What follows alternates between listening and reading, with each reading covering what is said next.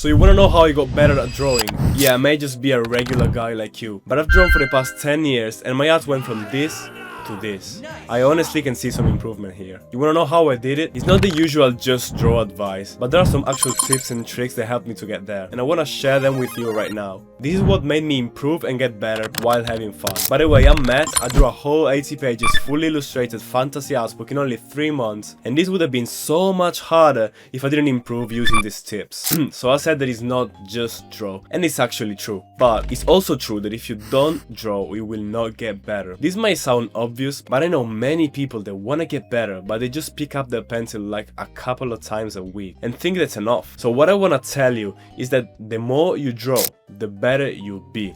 Of course, it depends on the quality of the study that you do, but overall, if you draw a lot, you will get better. This is a perfect first step if you're stuck. If you haven't been drawing for a long time, maybe because you think that your art is not good enough, maybe because you're not motivated, because you see other artists' pieces and think that they're so much better than you, well, it's probably because they draw so much more than you. It's not about talent, it's about how much you want to draw. If you make drawing fun, you're gonna do it so much more. People are gonna think you have talent, but it's just that you like to do it and you do it a lot, so you get much better, right? So if you want to start drawing more, there is an actual first little step that you can do. It is to pick up a pencil, pick up your piece of paper and start drawing now. This may sound like a stupid advice, like you're telling me that to draw, I need to draw. But if you start now, in this very moment, while you're watching this video, you pick up a pencil, you pick up your paper and start drawing. This is gonna tell your brain that you're willing to put effort into drawing, even if you're not in the mood. Like now you're watching video, you're probably in the mood of watching videos, but if you start drawing now,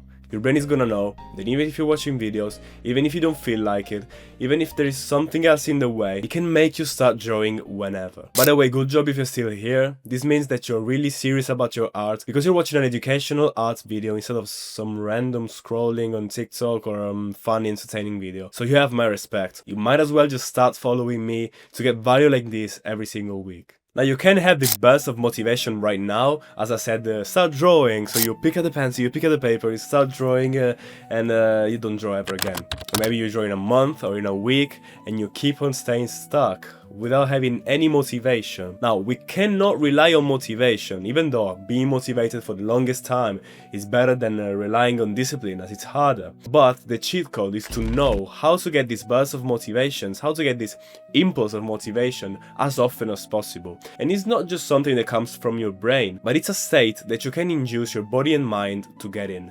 So how do you do this? There is a couple of ways that I've used in the past and I still use now to get so much more motivated and start drawing right away. So the first one is the easiest one, and it's literally to get a podcast or a video live from, for example, Kim Jong-gi or an artist that you really love. Put it on your computer, on your TV or on your phone, your tablet, whatever your brain-rotting device is, and start to watch how they draw, start to observe. And as they draw, you're gonna think, oh damn, they're so good. How can they be so good at drawing? And you're gonna get so much more motivated to start yourself. So you get a piece of paper, you put it in front of you, and while you watch the podcast or you watch the live, you start drawing as well. Your drawings may look worse. I mean, they will. If you compare yourself to Kim Jong-gi, they're gonna look worse. But it's gonna be a start. Maybe you're gonna see improvements, because even if you're just watching someone so good drawing, you're gonna grasp some of their techniques, some of their skill, and you're gonna put it on paper. You're gonna learn passively, right? So this is the first thing that I would do. Now, another way to do this, but it's a little more risky, is to watch some series, some movies, read comics, consume basically. This is helpful because you can watch a movie about, I don't know, fantasy creatures. You're gonna see them and say, damn, I love this creature, I wanna draw it as well. Maybe you get a burst of motivation, you get the paper and start drawing, but chances are that you're gonna just stay stuck watching the series. So you start the series, you like the episode, you like the characters in it, and you keep on watching the series. You end up not drawing, so you have to be a bit disciplined to say, okay, I got the motivation, I'm gonna start drawing now. Comics is a little different because you can put it aside, watch the pictures and try and copy and study them. With movies it's a little different because you have to pause and copy, like not many people do that. Pausing is not easy when a movie is really entertaining you, right? So what I would do is to actually prefer comics and books over series. Also, little kind of obvious tip that many people do but not everyone, so I want to say it, is to open Pinterest and see the pictures that it proposes you, like that it gives you. Try and see artists that you like and try and imagine the stories behind them. Try and twist them a little bit and create your own characters with your own stories. This is so much useful that you're gonna think that you're copying them, but you're actually creating something new. Now, of course, you can't just consume, you have to create stuff. And you're never gonna improve if you don't actually study, right? If you wanna study and get better as fast as possible, there are a couple of tricks that are gonna help you so much. So the first trick is gonna help you to actually stay consistent, and is to actually draw what you like, even if you're studying. I said this so many times, but there is a reason for it.